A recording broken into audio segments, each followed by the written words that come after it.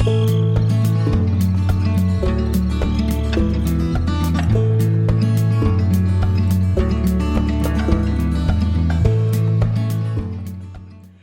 omnes. This video introduces you to our Latin 5 course. Over the past 2 years, we've considered issues of gender and power in the ancient world and today. And in this year's topic course, focusing on race and ethnicity in the ancient world, we will consider those issues along with others through the lens of racial and ethnic identity. Over the past 2 years, we have talked about the ways in which the field of classics contributes to white supremacy and racial oppression and exclusion, both in its nature as an academic subject that promotes European heritage and its use by far-right racist groups. Even at the middle and high school levels, Latin and Greek textbooks present an ancient world inhabited by white individuals and happy slaves, and the National Classics Organization for High School Students promotes narratives of male power and female subordination, hosts mock slave auctions, and has a song and creed that use fascistic language. In fact, traditional Eurocentric education draws heavily upon the ancient world, as does our notion of so-called Western culture, but it does so to reinforce a white supremacist, cisgendered male, able-bodied view of the world. By engaging with this reality and considering the ways in which the ancient world has shaped our modern structures and preconceptions, we can begin to reimagine a world that is shaped by racial and gender equity. And to do this effectively this year, we'll be engaging with the city of Philadelphia and thinking about issues of race and its intersections within our own city, with a final project that uses service learning to contribute to a world that is shaped by freedom and not oppression. Our year will start by considering what we mean by the terms race and ethnicity, since the definitions are often conflated. In fact, ethnicity is often used in place of the term race to avoid the difficult conversations our modern understanding of race and racism encourage.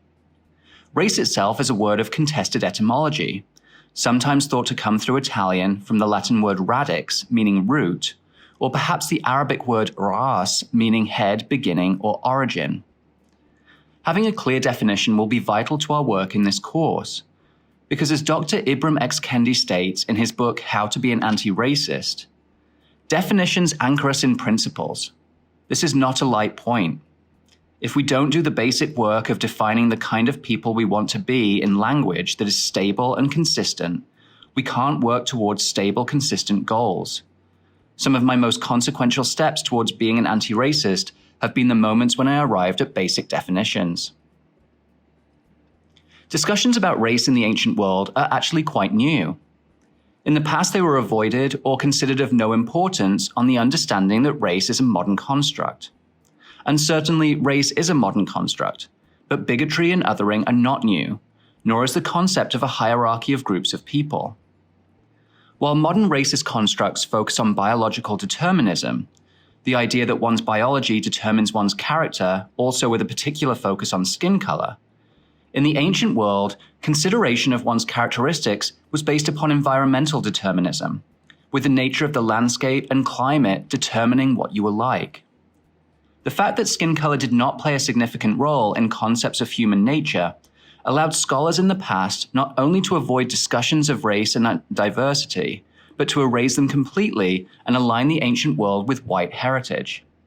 The Aethiopes of the ancient world became the outliers, curiosities little discussed or exoticized, while even the Egyptians were considered Greek and by extension white. The damage this has done to our understanding of the ancient world should not be underestimated.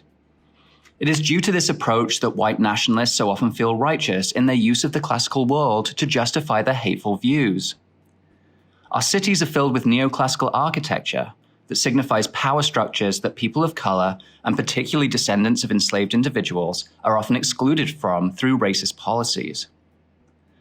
Scholars who deconstruct racist notions of Western civilization, built upon ideas of ancient Mediterranean supremacy, face abuse and death threats online.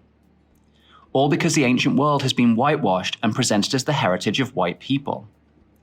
In fact, the ancient world was interconnected in ways not so dissimilar to our own world, with people moving long distances for trade and military service. The city of Rome was a melting pot of people from all over the empire and beyond, people who brought their culture, language, and religion with them. As with our world today, this was met with mixed sentiments, particularly given the arrogant nationalism that characterized the city of Rome and its citizens. Over the course of the year, we will be delving into ancient constructions of identity, both personal constructions and constructions imposed upon people by others. We will think about issues of immigration, of xenophobia, of language, and of birthplace and character. We will read a number of sources, both in Latin and in translation, using the anthology of Roy, Kennedy, and Goldman as an important jumping-off point. To ensure that our study of these topics is as meaningful as possible, we will be making constant connections between the ancient and modern worlds, thinking about the ways in which the ancient world has impacted our own concepts of self and other, and the various intersections they include. We will also be reading Dr. Ibram X. Kendi's How to Be an Anti-Racist to supplement our discussions of the ancient sources we cover. It will tie in really nicely with many of our sources and provide greater depth to our discussions. After each unit, we will be meeting with experts and activists from the city to think about these issues in the city of Philadelphia. And as we meet with these experts, you will be asked to join with one of the organizations we partner with to do some service work. This can be done at any point during the school year. Whenever an issue speaks to you, you can dive deeper into that topic. This will culminate in a final year-end project, creating a poster of the work you do with that organization and the similarities and differences between a particular issue in the ancient world and today.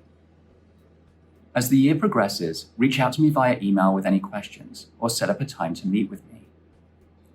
Bring your full self to class and challenge yourself to push harder and deeper as we have difficult conversations around race and identity this year. Think about the various identities you bring to class and how those different lenses affect the way you respond to the sources we examine. Your varying voices and perspectives are important. Valete omnes.